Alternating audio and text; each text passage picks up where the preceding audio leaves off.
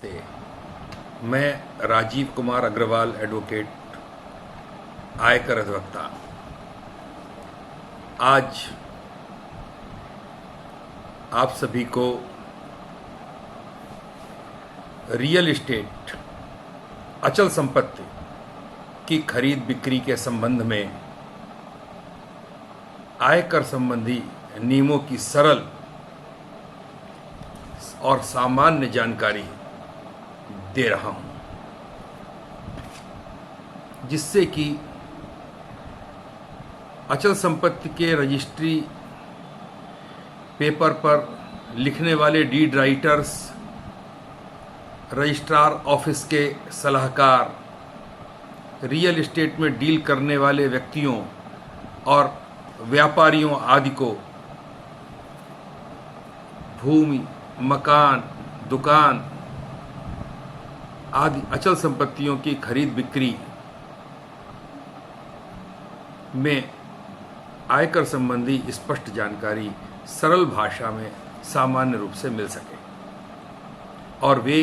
अपनी आयकर देयता को निर्धारित कर सकें, अचानक आयकर की देयता से कोई परेशानी में ना पड़े। किसी भी अचल संपत्ति की रजिस्ट्री के लिए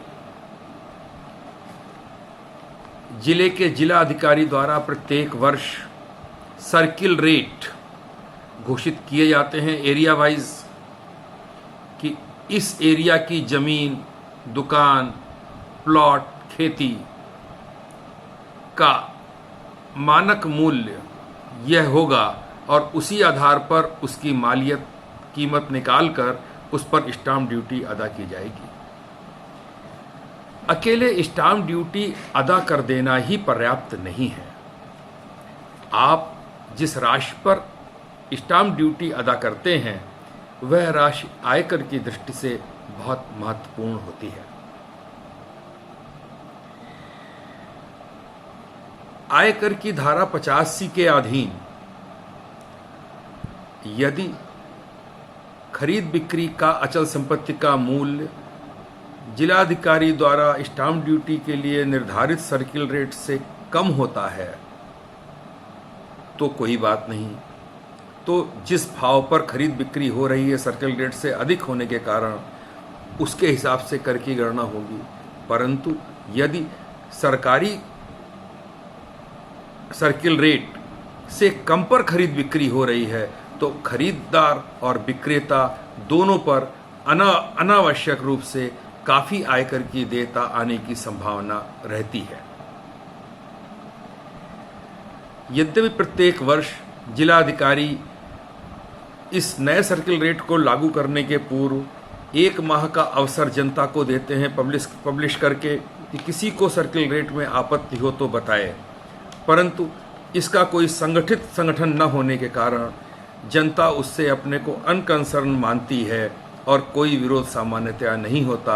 और जिला अधिकारी महोदय लोग 10 से 15% सर्किल रेट सामान्य रूप से बढ़ा दिया करते हैं। अब मैं अचल संपत्ति के विक्रेताओं को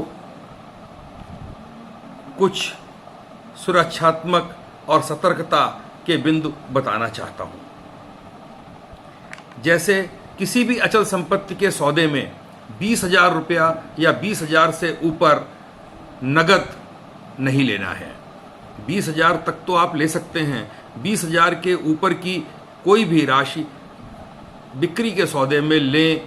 तो उसे बैंकिंग चैनल के थ्रू लें। ड्राफ्ट हो सकता है, चेक हो सकती है, नेफ्ट हो सकता है, आरटीजीएस हो सकता है, पेटीएम आदि अन्य स्वरूप भी हो सकते हैं। आयकर अधिनियम की धारा 269 SS में इसका प्राविधान है कि 20,000 से ऊपर अचल संपत्ति बिक्री के संबंध में ली गई धनराशि धारा 271D आयकर अधिनियम के अधीन अर्थदंड लगाकर सरकार द्वारा आपसे वसूली जा सकती है और यह आयकर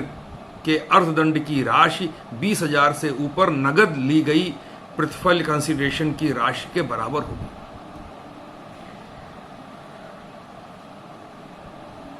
बिक्री के संबंध में जब हम देखते हैं तो अचल संपत्ति की बिक्री में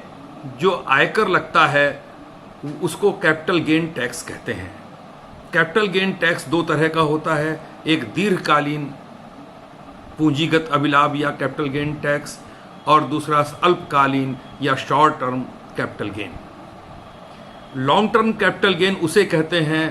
कि खरीद से बिक्री, जब अचल संपत्ति की खरीद से बिक्री की अवधि यदि 2 माह अर्थात 2 वर्ष अर्थात 24 माह से अधिक है तो वो लॉन्ग टर्म में आती है, और अगर 24 माह से कम है होल्डिंग अवधि तो वो शॉर्ट टर्म में आती है। इसको लॉन्ग टर्म और शॉर्ट टर्म के जोड़ने का टैक्स कंप्यूटेशन का तरीका ये है कि बिक्री की राशि से खरीद की राशि घटा दीजिए, जो अंतर आए वह आपकी शॉर्ट टर्म कैपिटल गेन के रूप में आय में जोड़ दिया जाएगा। ये तो हुआ 2 साल से कम खरीद और बिक्री के बीच संपत्ति का मालिक रहने की अवधि के आधार पर। परंतु जो संपत्तियां 2 वर्ष से अधिक अपने पास रखी जाती हैं खरीद या संपत्ति प्राप्त से बिक्री के बीच की अवधि में,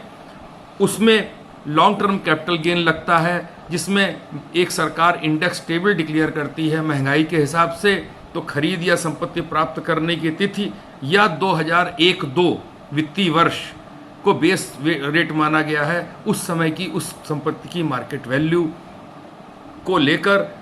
आज की बिक्री की कीमत या सर्किल रेट जो अधिक हो उसके अंतर को इंडेक्सेशन के बाद जो राशि आती है उस पर 20% टैक्स लगाकर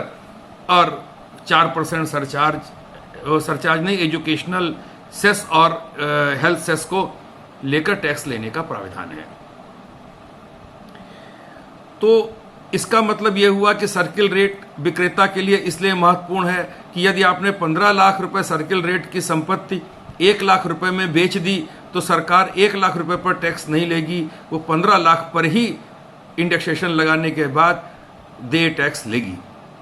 इसलिए सर्किल रेट और अचल संपत्ति खरीद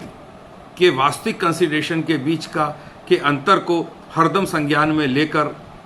रजिस्ट्री करना, जमीन खरीद बिक्री करना उचित होगा। इसी प्रकार से खरीदार के लिए है कि यदि खरीदार, जैसे मैंने पहले उदाहरण दिया, मैं उसी को लेकर चलता हूं कि 15 लाख रुपए सर्किल रेट की वस्तु नहीं, 15 लाख रुपए सर्किल रेट की अचल संपत्ति को यदि 1 लाख रुपए प्रतिफल या कंसिडरेशन में खरीद रहे हैं तो इसमें अंतर की राशि 14 लाख खरीदार की आय में अन्य स्रोतों से आय, इनकम फ्रॉम अदर सोर्सेज के रूप में जोड़ दी जाती है और जिस पर ड्यू टैक्स अन्य आय के साथ ले लिया जाता है। इसमें गिफ्ट भी आता है। अगर आप बेच नहीं रहे और आप गिफ्ट ले रहे हैं तो गिफ्ट 2 प्रकार से हो सकता है, एक नियर एंड डियर रिलेटिव्स और दूसरे other than near and dear relatives. Near and dear relatives में पति पत्नी, करदाता का भाई या बहन, करदाता के पति या पत्नी का भाई या बहन, करदाता के माता पिता या करदाता के माता पिता के भाई बहन, करदाता की पत्नी के माता पिता और करदाता के और उसकी पत्नी के ऊपर के या नीचे के जो उत्तराधिकारी हैं वो आते हैं। अगर जो मैंने अभी रिश्ते बताए ये आयकर अधिनियम की धारा 56 में घोषित हैं, इन घोषित रिश्तों से अगर आपको कोई भी अचल संपत्ति उपहार स्वरूप मिलती है तो उस पर उसकी खरीद पर कोई भी कंसिडरेशन या प्रतिफल न होने के बावजूद कोई आय में जोड़ नहीं होगा। परंतु अगर आप बाहरी व्यक्ति से कोई संपत्ति ले रहे हैं, कैपिटल एसेट ले रहे हैं, पूंजीगत संपत्ति ले रहे हैं, तो उसको